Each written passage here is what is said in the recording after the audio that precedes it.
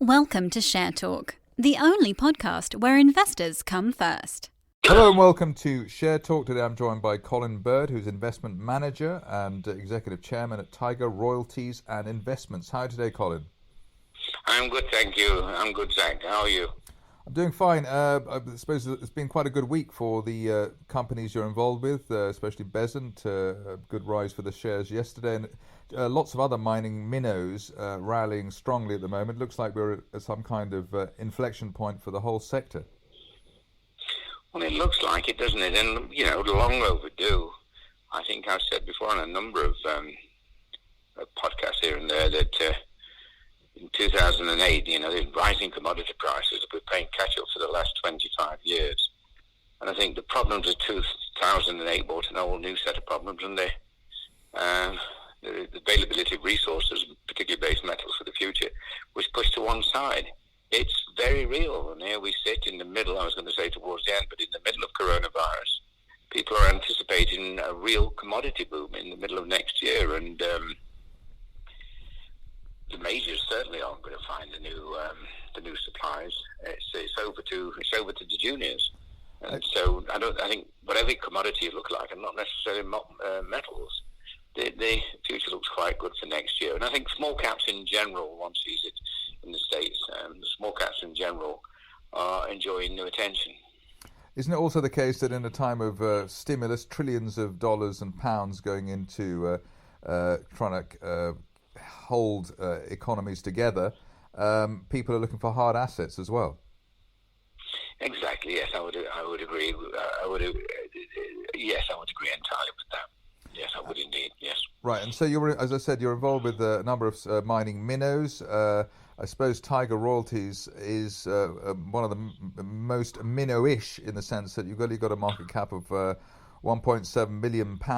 So it's a ground floor situation. What is the investment opportunity in TIR.L? Well, the investment opportunity in TIR.L, and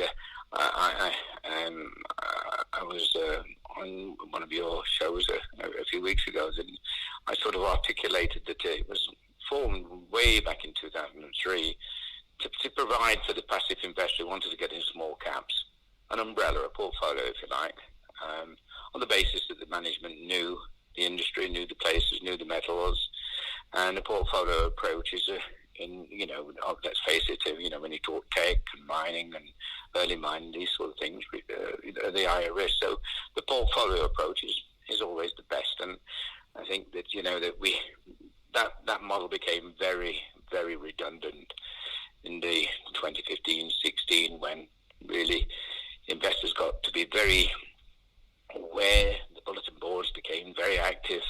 I think I've said before that the quality of research on the bulletin boards is superb, and there's a lot of guys out there who really understands the mines and the companies, and the need for an umbrella approach, quite frankly, passive umbrella approach disappeared. And I stated that 2 or 3 annual reports ago that it was going to be our mission that we were active, and our portfolio, generally we're active within our portfolio, trying to make things happen for our shareholders, which obviously will be to the ultimate benefit of TIR.L shareholders as well. Coupled with that, not being an ambulance chaser, Zach, but the royalty model is very good as well. I've seen so many times where a royalty has been given away 1.5%, 2%, 2.5%, 3%, quite easily given away for a small amount of money. And in time, that small royalty has been worth an awful lot of money, because history says majors do not like inheriting royalties and would sooner buy them out. But again, we was progressing TIR.L into that, but most of the royalty companies around, I can name one, I'm not here to name other companies, are passive, and they're really trust with the management. And royalties may take 5 or 6 years to happen, or maybe take 10 years to happen. And in 10 years, a lot can happen to commodity prices, can happen to management, can happen to company structures, can happen to any number of things, the countries in which their assets are held. So I did say as well, and I do say, that TIR.L is different. We are actually active in most of the companies that we are involved, and we're extending that now. Last week we announced the manganese Now that's battery grade manganese in Botswana. We're very optimistic for that project. It's a big area, and the samples that have been taken here and there, and the showings which have been received here and there are high grade battery metal type material. So there's another one that we put into the bag in the bag last week. Tiger's raised some money now, and that money raised allowed them to do the acquisition last week. We're looking at some gold situations in Botswana, and we're also looking at battery metals in Northern Europe. So not standing still. And of course, as you say, there's at the moment the Tiger is holding some of those companies which I'm involved in, and have got significant holdings, and those companies are doing well, which of course will migrate to the performance of Tiger. So it's beginning to work, or it's working for what we already hold. But of course, the future says that it will be even broader spread.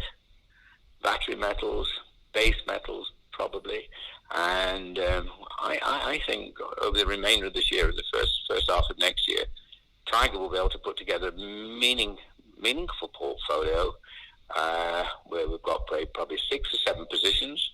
Our treasury will be in passive, the big boys, the Rios, the South 32s, the BHPs, and I think we'll have a nicely balanced company. We'll be giving most of the royalty companies in London a run for the money.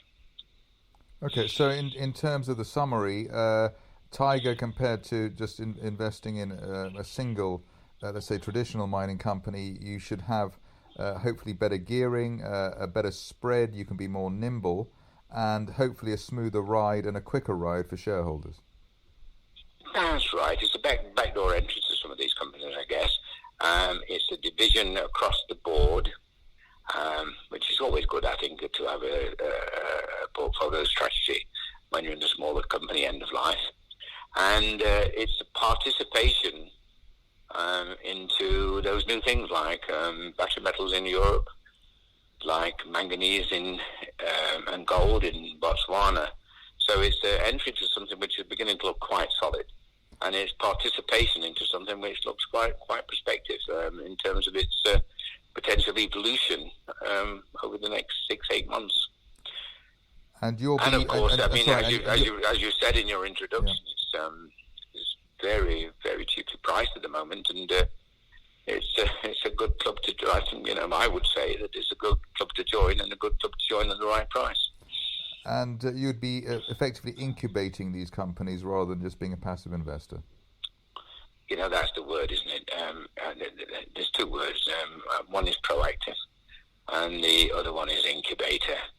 I'm happy to say one of the things I'm seeing now, one of the situations I'm seeing now is this potential new young management teams coming into the business. They haven't got the experience, it's not cheap to get even the smallest office. It's not cheap to get your licenses. It's not cheap to the travel what's involved to do the, you just don't walk into a ministry in a country and get a license.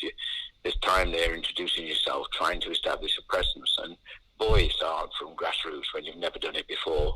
So yes, the word incubator, I guess it was reserved for the technology industry, but why should it be? It's you heard it right on the nose. That's exactly what Tiger is.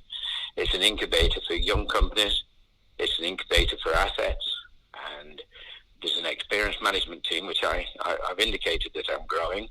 There's been press releases which have demonstrated that it's growing, and it's not about Colin Bird. It's about a broad team of professionals, most or all of which have demonstrated some success in their particular discipline, which goes to make up a mining company. Colin Bird, investment manager and executive chairman at Tiger Royalties and Investments. Thank you very much indeed. Thank you, Zach. Thank you very much indeed. Thank you for listening. Remember to visit our website for more news and other podcasts at www.share-talk.com.